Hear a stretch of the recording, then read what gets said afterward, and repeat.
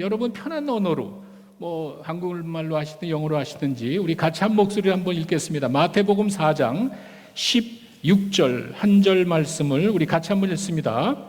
흑암에 있는 백성이 큰 빛을 보았고 사망의 땅과 그늘에 앉은 자들에게 빛이 비치었도다 하였느니라. 저희가 이맘때쯤 되면은 많은 사람들이 메리 크리스마스 하면서 기뻐하고 있습니다. 그런데 제가 한번 가만히 생각해 봤습니다. 메리 크리스마스의 그 성탄절의 기쁨을 정말 얼마나 사람들이 알고 있는지, 우리가 그 의미도 모르고 기뻐하고 즐거워하는 경우가 많이 있습니다. 근데 그 이상한 게 아닙니다. 여기 앉아 계신 여러분들이 할로윈에 대해서 아는 분이 얼마나 있는지 모르겠어요. 할로윈에 대해서 잘 모르지만 많은 사람들이 할로윈을 즐기고 있습니다. 마찬가지예요. 성탄절의 의미도 잘 모르면서 성탄절을 즐기고 메리 크리스마스 하는 경우가 많습니다. 적어도 우리는 그렇게 해서는 안 되죠. 저희는 정말 그 의미를 깨닫고 기쁜 마음으로 할 때 우리 성탄절의 주인 되시는 예수님께서 기뻐하시지 않겠습니까? 이것이 저희들의 마음입니다. 저희가 메리 크리스마스를 하면서 다른 생각을 한다면 주님이 별로 기뻐하지 않을 겁니다. 신앙은요, 항상 예수님을 의식해야 돼요. 형식으로 하시면 안 됩니다. 내가 말하고 행동하는 모든 것이 하나님을 의식하고 할 때 그게 바로 진정한 신앙생활입니다. 그래서 저희들이 성탄절에도 마찬가지입니다. 세상적인 분위기에 휩쓸리시면 안 됩니다. 거기에 얽매여서 여러분 살아가시면 안 됩니다. 우리는 우리 나름대로 성탄절의 의미를 기억하면서 살아야 되죠.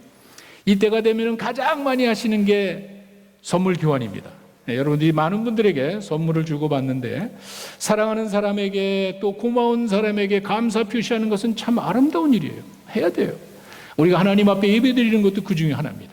이런 식으로 아주 참 귀한 일입니다. 그런데 진짜 귀한 선물은 예수님 아니겠어요? 우리 믿는 사람으로서 그와 같은 확신을 가지고 저희들이 예수님이 가장 귀한 선물입니다. 고린도후서 9장 15절에 가시면은요, 예수님을 말로 표현할 수 없는 선물이다, 그렇게 이야기합니다. 이 indescribable gift, 이 describe 한다는 게 묘사한다, 표시한다는 건데 indescribable, 말로 표현할 수 없는 선물이라고 예수님을 그렇게 소개하고 있습니다. 오늘 제가 읽어드린 마태복음 4장 16절의 말씀은 이사야 선지자의 예언이었습니다. 이사야가 9장 1절에서 2절에 이야기한 그 예언이 성취되었다고 마태가 이야기하는 거예요. 이 수백 년 전에 이사야가 이야기를 했지만 마태는 그 내용을 살펴보고 이것이 바로 구약에서 예언된 예수님이 이 땅에 오신 의미구나. 이것이 바로 4장 16절 오늘 읽은 내용이죠. 잘 보십시오.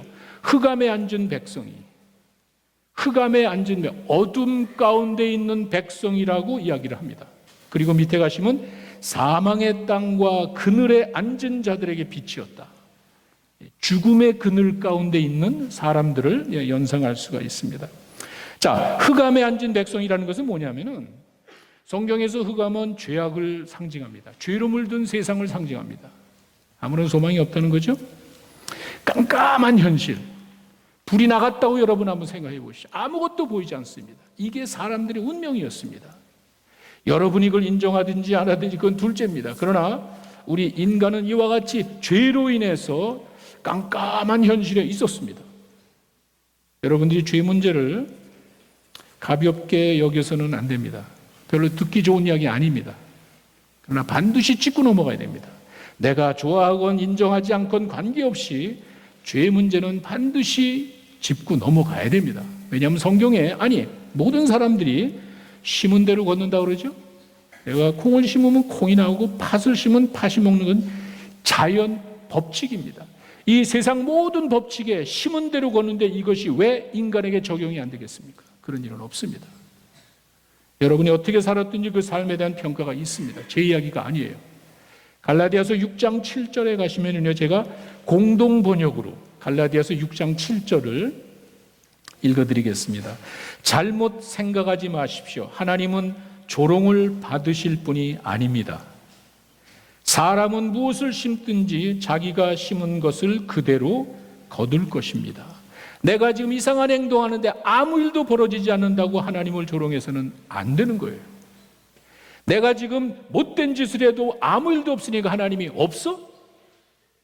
그렇게 생각하시면 안 됩니다. 무엇을 심든지 그대로 걷기 마련이다. 특별히 우리가 이 세상을 떠날 때 반드시 그와 같은 일은 일어날 것이라고 요한계시록 20장에 가시면은요, 그 당시에 핍박을 받던 크리스천들에게 그때까지 살아있던 사도 요한을 통해서 환상을 보여줍니다. 지금 고통당하는 그들에게 희망을 갖고 신앙을 포기하지 말라고 이야기한 것이 바로 이 내용이에요. 요한계시록 20장 12절에서 15절 있는 내용을 가만히 살펴보면은 죽은 자들이 심판을 받는데 이 세상이 전부가 아니에요. 이 세상을 마칠 때는 또 다른 우리 삶에 대한 평가를 이야기합니다. 그리고 행위에 따라서 여러분이 어떻게 믿음의 행위에 따라서 죽은 자들이 심판을 받고, 둘째 사망이라 그러죠. 생명책에 기록되지 않은 사람들은 lake of fire, 영원한 고통 가운데 빠질 것이라는 사실을 성경이 이야기합니다. 이것이 바로 우리 흑암에 앉은 백성이고 죽음의 그늘 밑에 있는 인간의 모습입니다. 그래서 예수님이 오신 거예요. 하나님께서는 인간이 그렇게 고통당하는 것을 그냥 바라보고 계신 게 아니에요. 이렇게 인간이 영원히 죽을 수밖에 없는 그걸 보고 즐기는 것이 아니에요. 왜? 하나님의 비전입니다. 예수님을 보내셨어요. 예수님을 이 땅에 보내셔서 우리들의 죄를 위하여 대신 고통당하고 십자가에 돌아가시게 한 것이 John 3:16. 이게 바로 요한복음 3장 16절이에요. 하나님이 세상을 사랑하셔서 독생자를 보내시고 그 예수님이 우리의 모든 죄를 죄 문제를 해결해 주셨기 때문에 예수 믿는 자마다 whosoever believed in him, 누구든지 예수 믿으면 구원을 받는다는 이것이 바로 복음이에요. 여러분이 믿든지 여러분이 안 믿든지 그건 우리 문제입니다. 하나님은 분명히 이야기합니다. 아니, 성경은 여러분이 인정하건 알건 원하지 않건 관계없습니다. 분명히 인간은 죄에 대한 심판이 있습니다. 삶에 대한 평가가 있습니다. 그래서 예수님이 이 땅에 오셨고 예수님이 그 문제를 다 해결해 주셨습니다. 그 예수님 믿으면 우리는 구원 받습니다. 이것이 바로 성탄의 가장 귀한 메시지입니다. 저희들이 메리 크리스마스는 이유는 바로 그겁니다. 예수님 우리의 소망이 되십니다. 어둠 가운데서 그냥 캄캄한 사망의 그늘에 있는 사람들에게 소망이 되는 거예요. 왜? 빛으로 오셨기 때문에. 오늘 본문의 말씀이 이제 바로 그거죠. 어둠은 무지를 상징합니다. ignorance, 무지. 이건 뭐냐? 아무것도 모릅니다. 왜? 보이질 않으니까. 사람들이 보이지 않기 때문에 아무런 소망이 안 깜깜한 현실을 이야기합니다. 여러분, 만약에 한국에서 지하철 타고 가다가 전기가 나갔습니다. 꼼꼼한 그 땅속 깊은 곳에 가다가 전기가 나갔습니다. 5분, 10분, 15분, 20분, 30분 지나도 불이 들어오지 않습니다. 한번 생각해 보셨습니까? 어둠이 사라지지 않는다고 생각해 보세요. 아니, 새벽이 오지 않는다고 한번 생각해 보세요. 그 삶이 어떻겠어요? 인간의 모습이란 말이에요. 그것이 바로 우리들의 삶이란 말이에요. 그런데 예수님이 빛으로 오셨습니다. 저희들에게 소망을 주기 위해서 예수님이 빛으로 오셨다. 그런 어둠 속에서 고통당하는 사람들을 위해 빛으로 보여주신 거예요. 빛으로 인도하시기 위해서 오셨다. 어둠 가운데는 어둠의 세력이 있죠. 여러분, 이게 좀 이렇게 한밤중에 불을 탁 켜면은, 다락에 올라가서 불을 탁 켜면은 그 지저분한 더러운 벌레들이 움직입니다. 이놈들이 빛이 비치면은 막 도망갑니다. 이 어둠의 세력이, 사탄이 지배하던 이 세계에 예수님이 빛으로 오시니까 어둠이 사라지는 거예요. 그 더러운 벌레들이 그냥 한순간에 빛 가운데 사라지듯이 어둠의 세력이 사라지는 거예요. 예수님이 그래서 우리의 소망이 되신다는 말이 이제 바로 그겁니다. 요한복음 8장 12절에 예수님이 이야기했죠. 나는 세상의 빛이다. 분명히 이야기하셨습니다. 요한복음 8장 12절에 이렇게 예수께서 말씀하시되 나는 세상의 빛이니 나를 따르는 자는 어둠에 있지 아니하고 더 이상 죽음의 그늘에 있지 아니하고 생명의 빛을 얻었느니라, 이렇게 이야기합니다. 어둠 가운데 있던 아무런 소망이 없던 그들에게 빛으로 오셔서 우리의 소망이 되시고 우리에게 생명이 되셨다는 이제 그 말입니다. 네, 여러분 잘 아시죠? 요한복음 14장 6절 예수님이 나는 길이요 진리요 생명이다. 나로 말미암지 않고는 아버지에게 올 사람이 없다라고 이야기하시고 십자가로 가시잖아요. 예수님이 그냥 큰 소리만 치시고 나는 길이요 진리요 생명이라고 이야기만 하신 게 아니잖아요. 그리고 십자가로 가시잖아요. 왜? 우리의 길과 진리와 생명이 되기 위해서 예수님은 십자가로 가신 거예요. 우리의 모든 죄를 해결하셔서 우리의 길이 되시고 우리의 생명이 되기 위해서 십자가로 가시는 거예요.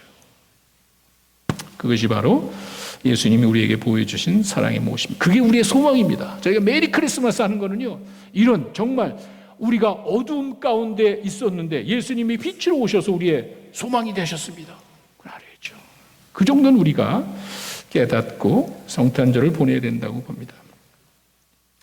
자, 이제 어느 정도 알았으니까 옆 사람에게 이야기하십시오. 메리 크리스마스. 이 좋은 메시지를 가지고 옆 분에게 이야기하시죠. 메리 크리스마스.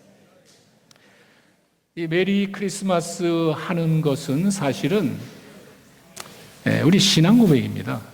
단순히 구호가 아닙니다. 주님 사랑합니다. 주님 감사합니다. 그런 의미가 담겨 있는 신앙 고백입니다. 예수님이 참 기뻐하실 거예요. 근데 생각 없이 하는 것이 아니라 정말 이 뜻을 생각하고 우리가 정말 어둠 가운데 있고 사망의 그늘 가운데 있었는데 예수님이 빛으로 오셔서 우리의 소망이 되신 거 감사합니다 하면서 메리 크리스마스면 주님이 얼마나 기뻐하시겠어요. 이제 우리 부모님들 자녀를 키워보시니까 알잖아요. 아이들이 별것도 아닌데 아빠에게 와서 아빠 감사해요, 엄마 사랑해요 하면은 기쁘잖아. 이 아이들이 그냥 넘어갈 자그마한 일도 가지고 와가지고 부모에게 와가지고 엄마 사랑해요, 엄마 감사해요, 기쁘잖아. 이렇게 주님께서는 여러분의 삶을 내려다보시고 주님 안에서 기뻐하는 그 모습을 우리 주님께서도 기뻐하실 줄로 믿습니다. 이 메리 크리스마스는 이와 같이 우리의 소망이 되신 주님을 전하는 것입니다. 우리의 신앙 고백입니다. 주님 우리의 빛이 되신 분입니다. 메리 크리스마스. 주변의 많은 사람에게 빛으로 오신 우리의 소망이 되신 주님을 전하며 사시는 여러분 되시기를 바랍니다. 기도하겠습니다. 아버지 하나님 감사합니다. 저희들에게 빛으로 오셨습니다. 우리에게 영생의 빛을 주시기 위해서 오셨습니다. 그 성탄의 의미를 깨닫고 많은 사람들에게 최고 말로 표현할 수 없는 선물 예수님을 전하는 저희들 되게 하여 주시옵소서. 예수님의 이름으로 기도했습니다. 아멘. 이제 우리 주의 만찬을 하는